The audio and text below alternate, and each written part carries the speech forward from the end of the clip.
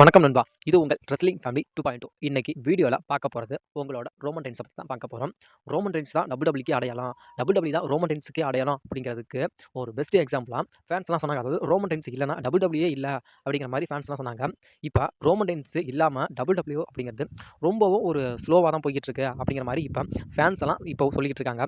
அதாவது நம்ம ஃபேன்ஸ் எல்லாம் என்ன சொல்லிக்கிட்டு இருக்காங்க அப்படின்னா, ரோமன் ரெயின்ஸ் எப்ப தான் வருவாரு? ரோமன் ரெயின்ஸ எதுக்கு தான் WWE டைட்டில் லாஸ் பண்ண வச்சாங்க? ஏன்னா ரோமன் ரெயின்ஸ டைட்டில லாஸ் பண்ண வச்சு WWE வந்து ஒரு மிகப்பெரிய ஒரு பேரழிவை சந்திக்க போறாங்க அப்படிங்கிற மாதிரி நம்மளோட ஃபேன்ஸ் எல்லாம் சொன்னாங்க. அதாவது ரோமன் ரெயின்ஸை வந்து WWE தோக்கடிச்சிட்டாங்க. அதாவது அவரோட டைட்டிலை புடுங்கிக்கிட்டாங்க அப்படிங்கிற மாதிரி ஃபேன்ஸ் எல்லாம் ரொம்பவும் கடுப்பாகவும் இருந்தாங்க. அதே மாதிரி ரோமன் அண்ணா நீங்க எப்போ வருவீங்க அப்படிங்கிற மாதிரி ஃபேன்ஸ் எல்லாம் எதிர்பார்த்துட்டு இருக்காங்க.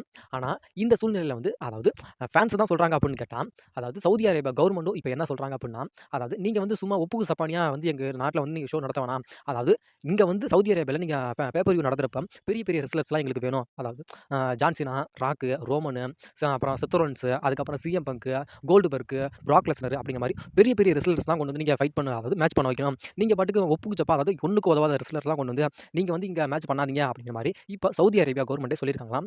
அது இல்லாமல் இதில் ஒரு குறிப்பிடத்தக்க விஷயம் என்ன அப்படின்னு கேட்டால், சவுதி அரேபியா அப்படின்னாவே கம்பல்சரி வந்து ரோமன் ரெயின்ஸ் அதில் இருப்பார்.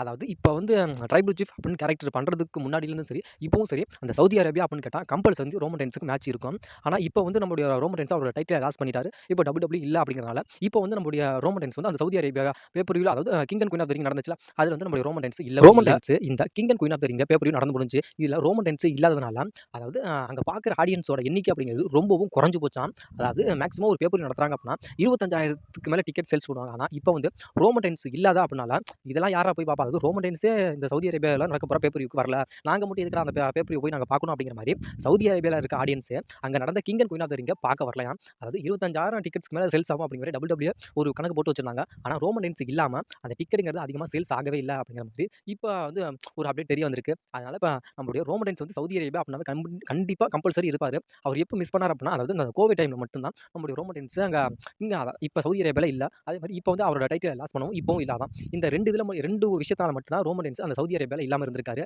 இதுக்கு மேல என்ன நடக்க போகுது அப்படிங்கிறத நம்ம காலம் தான் பதில் சொல்லணும். அதாவது ரோமன் ரெயின்ஸை வந்து டைட்டிலை லாஸ் பண்ண வச்சு நம்மளுடைய WWE அப்படிங்கிறது பெரிய ஒரு தப்பு பண்ணிட்டாங்க அப்படிங்கிறதுக்கு ஒரு பெஸ்ட் எக்ஸாம்பிளா இதையும் எடுத்துக்கலாம் நம்ம. ஏன்னா ரோமன் ரெயின்ஸ் இருந்த வரைக்கும் WWE அப்படிங்கிறது எப்படி இருந்துச்சு அப்படிங்கிறது உங்களுக்கே தெரியும். இப்போ ரோமன் ரெயின்ஸ் இல்லாம WWE எந்த அளவுக்கு போகுது அப்படிங்கிறது உங்களுக்கே தெரியும். இது இல்லாம ஃபேன்ஸ் சொல்றத விட, அதாவது இப்போ என்ன சொல்றாங்க, இப்போ சவுதி அரேபியா கவர்மெண்ட் என்ன சொல்றாங்கன்னா, நீங்க வந்து சவுதி அரேபியால வந்து பேப்பர் வியூ பண்றப்ப ரோமன் ரெயின்ஸை கம்பல்சரி நீங்க கொண்டுட்டு வந்தே ஆகணும் அப்படிங்கிற மாதிரி இப்போ சவுதி அரேபியா கவர்மெண்ட் இப்போ கண்டனைட்டா சொல்லிட்டாங்க. அதே மாதிரி பெரிய பெரிய ரெஸ்லர்ஸை கொண்டு வந்து இங்க மேட்ச் பண்ணுங்க.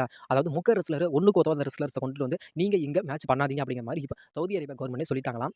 அதாவது இப்போ தெரிகிறதா, அதாவது ரோமன் ரெயின்ஸை எதுக்குடா டைட்டில புடுங்கணும் அப்படிங்கிறதுக்கு இப்போ தெரிஞ்சிருக்கும். அதுக்கான அர்த்தங்கள் என்ன அப்படிங்கிறது இப்போ WWEக்கு புரிய வந்திருக்கும்.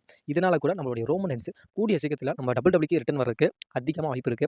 இது இல்லாமல் ரோமன் ரெயின்ஸ் கையில் ஒரு டைட்டில் இருக்கிறதுக்கும் அதிகமாக வாய்ப்பு இருக்கு. ஏன்னா டைட்டில் இருக்கிறப்ப தானே அண்ணனுக்கு கெத்தே அப்படிங்கிற மாதிரி டைட்டில் கூட, அதாவது நம்மளுடைய ரோமன் ரெயின்ஸ் ரிட்டர்ன் வந்துட்டார் அப்படின்னா, அதாவது நம்மளோட ரோமன் ரெயின்ஸுக்கு டைட்டிலுக்கான ஆப்பர்ச்சுனிட்டி கூட நம்மளுடைய WWE கண்டிப்பாக தருவாங்க.